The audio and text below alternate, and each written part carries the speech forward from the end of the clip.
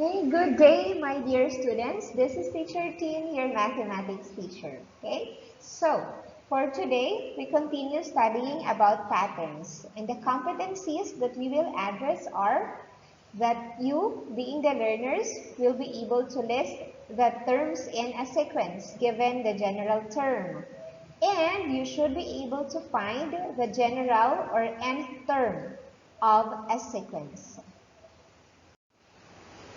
Okay, so to begin with, I would like you to guess what is this machine.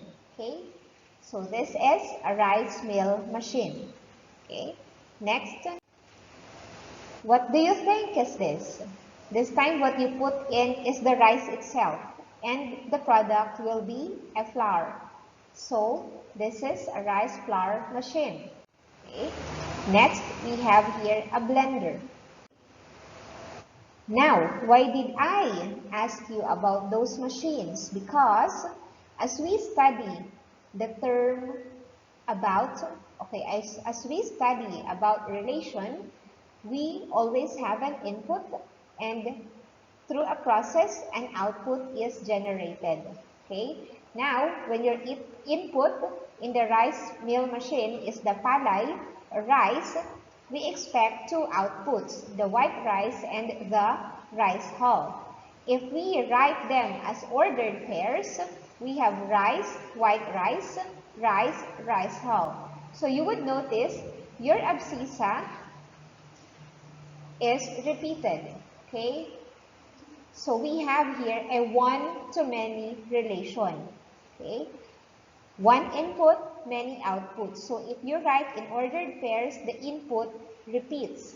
Because of that, this kind of relation is not a function. Okay.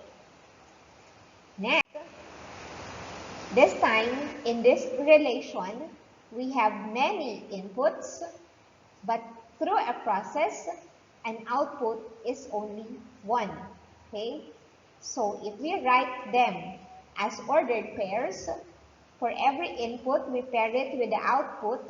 Okay. So the outputs may repeat, but what is important is that the input, your abscissas, are different. Because of that, this is a many-to-one relation, and since your abscissa does not repeat, this time, this relation is already called a function. Okay? Next, when we have the rice flour machine, the relation of your input, white rice, to its output is only 1-to-1. Okay, you have one input and you have one output. So writing it as an ordered pair, we have white rice, flour. And since again, this is a one-to-one relation, your abscissa is only one, it does not repeat, then it is a function. Okay? So again, when is a relation called a function? When your abscissa does not repeat. Okay? So it is important that we distinguish what a function is. Okay? Because as we talk about the next lesson, okay, we will be dealing with equations. Say we have here, okay, so a function is a mathematical relationship between two variables where every input variable has one output variable. Okay? In a function rule, the dependent variable or output variable is the y. Okay? While and this y, okay, your output is expressed in terms of the independent variable or input variable, that is x. Okay? So this is what we are very familiar with, the x and y variables in an equation. This time, when we talk about a sequence, okay, a sequence is one function. Okay? A sequence is a function. Okay? A sequence is a function where the rule, equation, general term, or nth term. Okay, so you see, Or, meaning an equation of a sequence can be called a rule, general term, or nth term. Okay? It's like a machine that processes the input to generate a specific output. Okay? So the output are also called the input, okay, sorry, the input are also called the domain.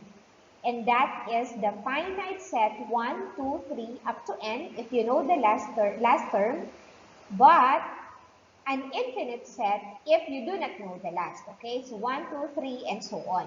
Okay, now, if a while ago we have y equals 12 minus 3x, now when we talk about sequence, we will be using these variables already.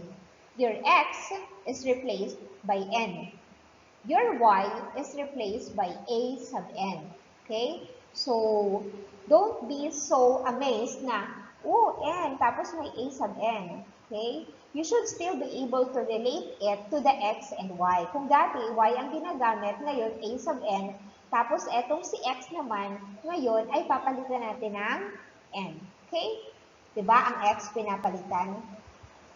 Okay, so this equation or rule is also called general term or n term of a sequence. So your input this time will be n. Okay, that is your input, also called as domain and also called as independent variable. While that input will be processed by performing the operation involved in the given equation, so that you'll be able to generate the output, okay? Your output, which is also called the dependent variable, okay? Now, there are two scenarios, okay, in this lesson. Scenario 1, when you are given the rule, you have to find the terms of the sequence, okay? So example number 1, if you are given, you are asked to find the first 4 terms of the sequence with general term a sub n equals 12 minus 3n, okay? So, this is what you do. This is your rule or equation or general term. Then since you are asked to find the first 4 terms, meaning you are going to replace n with, you are going to replace n with 1 to 4. Okay, so your input will be 1, 2, 3, and 4. Okay, so when your n is 1, so you're getting a sub 1. Okay, so you'll have 12 minus 3 times 1. And that will be 12 minus 3, and your answer is 9. Okay, if n is 2, then you're getting a sub 2. So you will be having 12 minus 3 times 2. So 12 minus 6, you're having 6. Okay. Now, if your n is 3, so you will be getting a sub 3. So 12 minus 3 times 3, so you have 12 minus 9, and that is 3. A sub 4 will be 12 minus 3 times 4. Then 12 minus 12, so you have 0. Okay? So these are the first 4 terms of the given sequence. Now, you can also represent or illustrate a sequence in a tabular form, okay, where n, your input here is 1 to 4 since you are asked for the first 4 terms. Then, as you input each value of n, you perform the operation just as what we did there in the solution. So you get, for n is 1, your a sub 1 is 9. For n is 2, your a sub 2 is 6. For n is 3, your a sub 3 is 3. For n is 4, your a sub 4 is 0. So your sequence now, the first 4 terms now of the sequence are 9, 6, 3, 0. Okay? Next, yun.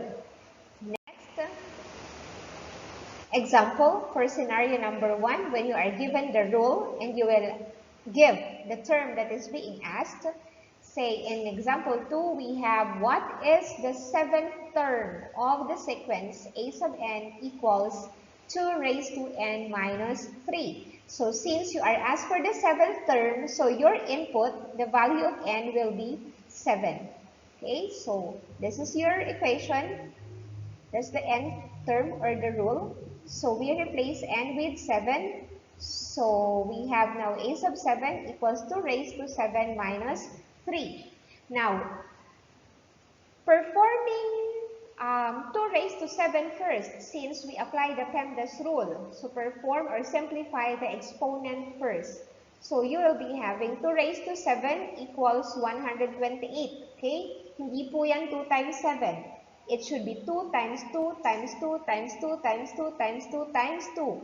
Okay? So 7 na 2s ang iyong factors. And that will be 128 minus 3. Okay, so a sub 7 is 125. So therefore, the seventh term of the sequence a sub n equals 2 raised to n minus 3 is 125. Okay? Okay, now let's have scenario number 2. This time, you are given the terms and you will be finding the general term, the nth term, the rule, or the equation of the sequence. So what is the equation of the sequence? 3, 5, 7, 9. Okay? So, the tip that I can give you is that you can write it this way. You can illustrate using a table where n, since you have here 4 terms in the sequence, so your n is 1 to 4. Then your a sub n, when your n is 1, you have 3. When a sub 2 is 5, a sub 3 is 7, a sub 4 is 9. So we will be looking for the expression, for the rule, for the equation that will allow you to get each term of the sequence. So iisipin mo, ano kaya ang ginawa sa 1 para maging 3? Na yun din dapat ang gagawin sa 2 para maging 5, yun din dapat ang gagawin sa 3 para maging 7, at yun din dapat ang gagawin sa 4 para maging 9. So, mag-iisip tayo ngayon. Okay? If you will notice, to get 5, nag-plus 2 sa 3. To get 7, plus 2 din sa 5. To get 9, plus 2 din sa 7. So, ibig sabihin, the number 2, that constant 2 that is being added, has something to do with the process on how to get each term. So, yan. So, by analyzing, you may be able to think that what if we multiply 2 with each input? So, let's say 2 times 1, then para maging 3 plus 1. Then 2 times 2 plus 1, you get 5. 2 times 3 plus 1, you'll get 7. Then 2 times 4 plus 1, you're getting 9. Okay? So that's it. So meaning, with this pattern, you will be able to conclude that therefore, the equation of the sequence is a sub n is equal to 2n plus 1. Okay? So that's it. Okay, now let us have some exercises, okay, to check your understanding and to further make you learn about this lesson. Okay, so now first question, what is the general term for the sequence 2, 4, 6, 8, 10? Okay, so you are given 4 options. You can do trial and error, or you can think what is the pattern. Okay, what's happening? Okay, so what's your answer?